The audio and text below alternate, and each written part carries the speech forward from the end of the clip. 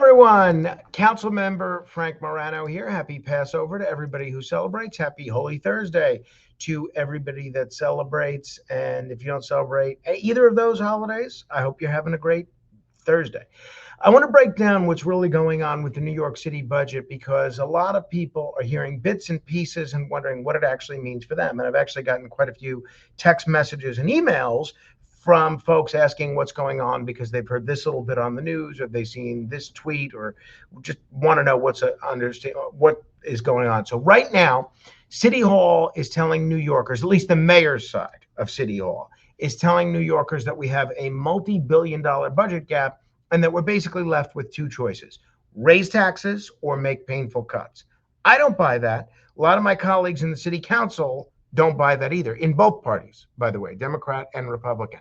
If you look at the tweets yesterday from the Democrats and the Republicans, but almost all of us were uniformly in opposition to what the mayor is putting out there. And the mayor put out this video. I shared it on Facebook.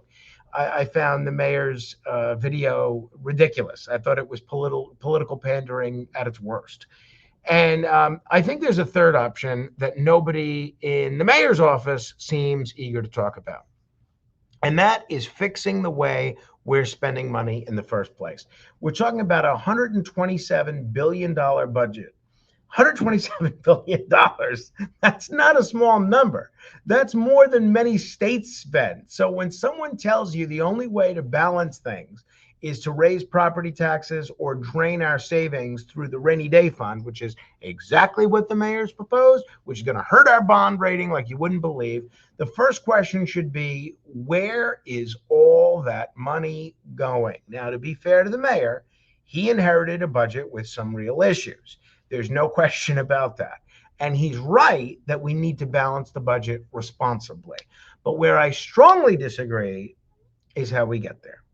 Because what's being proposed right now is either raising taxes on New Yorkers, including potentially a nearly 10% property tax increase, or dipping into the city's rainy day fund.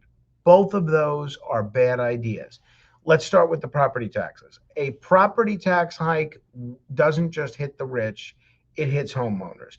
It hits small businesses, and it absolutely hits renters because those costs always get passed along. Always. Somebody messaged me this morning that disagreed with my take, that's saying, oh, when they say homeowners, we know that means the rich. No, it means everybody. At a time when people are already struggling with affordability, that's the last thing we should be doing. Then there's the rainy day fund. That this is supposed to be our emergency savings. That's for a real crisis. We didn't even tap it during COVID. We didn't tap it during the migrant crisis. Now, suddenly, we're being told this is the moment to use it. It makes no sense. Because if we use one-time savings to cover ongoing expenses, we're not solving anything. We're just pushing the problem into the future where it becomes an even bigger problem. So what's the alternative? Well, the city council has put forward a plan that says, let's go line by line through the budget. Let's use realistic numbers. Let's identify waste. Let's identify inefficiency. And let's find the areas where we are overpaying or overestimating costs. We're also asking Albany for targeted relief on the class size mandate, which is one of the biggest cost drivers in the education budget right now. I think that's a smart structural fix that can save real money without hurting students. And most importantly, let's do all that before we ask taxpayers for more money. Now, is that approach harder? Yes. Does it require more work? Absolutely. But that's what governing is supposed to be. Not jumping straight to higher taxes, not dipping into savings, but actually managing the money we already have. And here is the bigger issue.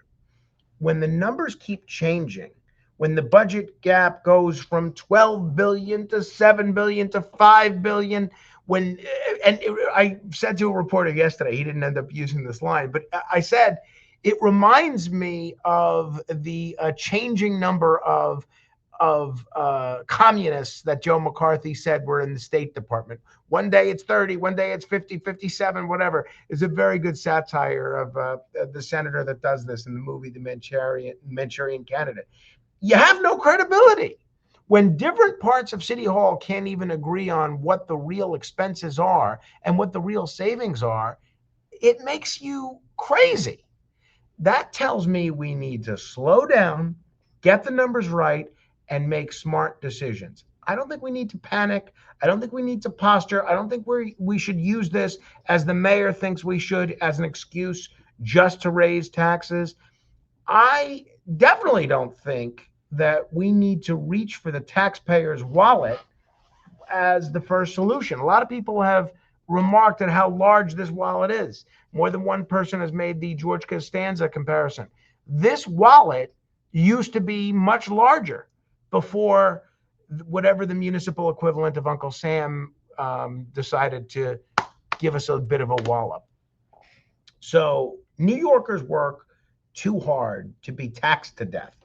At the end of the day, this isn't just about balancing a budget. It's about whether New York City is a place people can afford to stay in. Is it a place that families can afford to stay in? Is it a place that a young couple can raise a family to begin with and build a future in? And I believe that we can have a city that's safe, financially sound, and affordable, but only if we start making smarter choices. Thank you. Happy Easter, happy Passover.